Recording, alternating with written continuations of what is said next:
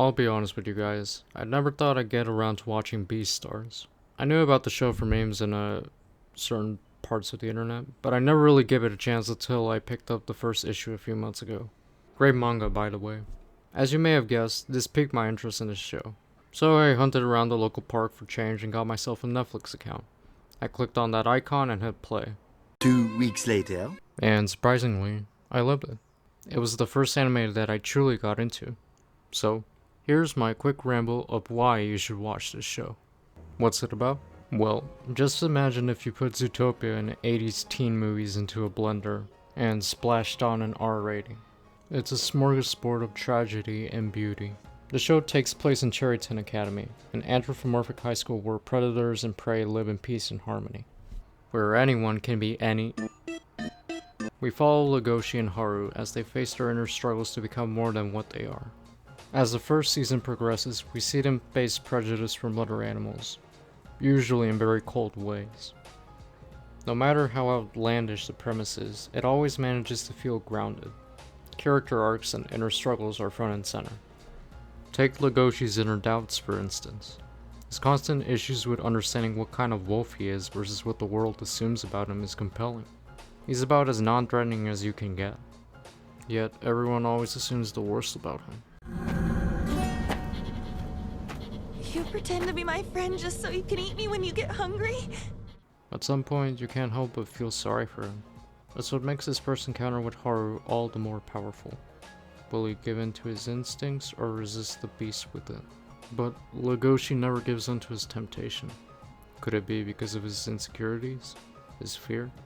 When Louis corners him, his reason for not wanting to stand out is revealed. I need to pretend.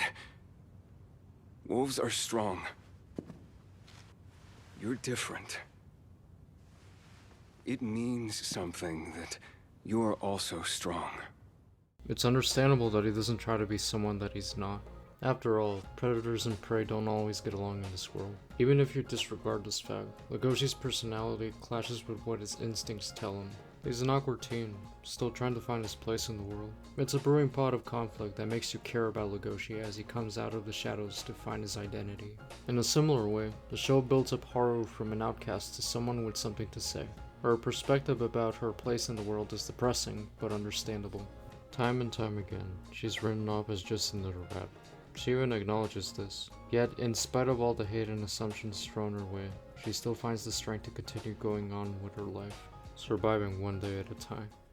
You'll never understand how it is to feel as if you're always close to dying. I could get devoured by a carnivore at any time, before experiencing what true love is. It's the quiet moments with Legoshi and Haru where the show pulls at your heartstrings. Sure, they're different species, but they both have inner battles with their identities. As the season goes on, each conversation they have strengthens their bond. Their struggles reach a boiling point in the final episode, where it seems like their relationship is doomed. The school sees him and Juno as the perfect couple, despite how many times Legoshi friend-zoned her. Remember when you said that it's so soothing to feel the touch from one's own species? Take advantage of that now! Oh, thanks a lot. But I'm actually feeling surprisingly at peace right now. Haru even states the obvious, how their relationship can never be because of social norms. Her "we live in a society" moment, if you will.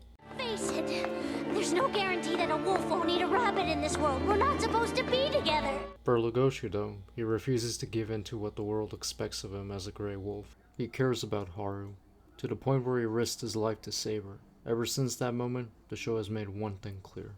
He's never going to be the same wolf boy, ever again.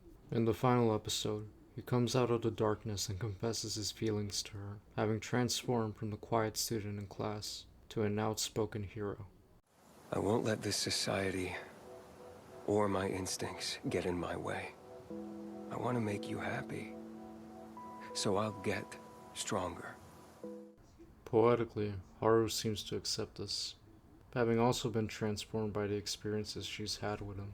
With a breathtaking final shot of the city, we can only stop to take in how much we've seen this duo go through, and how they still have a long way to go.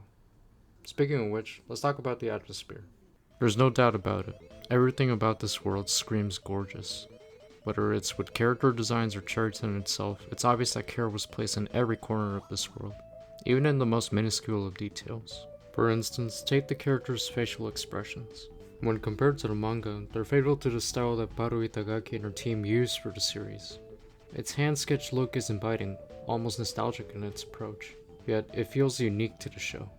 Using motion capture, they managed to add charm to every character, whether it's just a visual gag or manga levels of detail. At the same time though, they stay true to their anthro designs. Whether it's Haru's size or Juno's canine looks, each of them stand out with their appearance. With this style, it's no wonder that the show has gotten a lot of attention.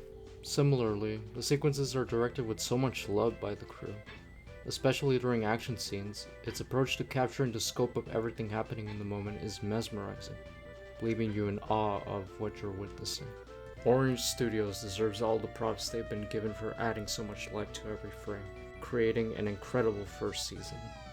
Even though there's a couple of questions left unanswered, most notably with Louis, the way the world and the characters were developed is so intriguing that it leaves you wanting to know more.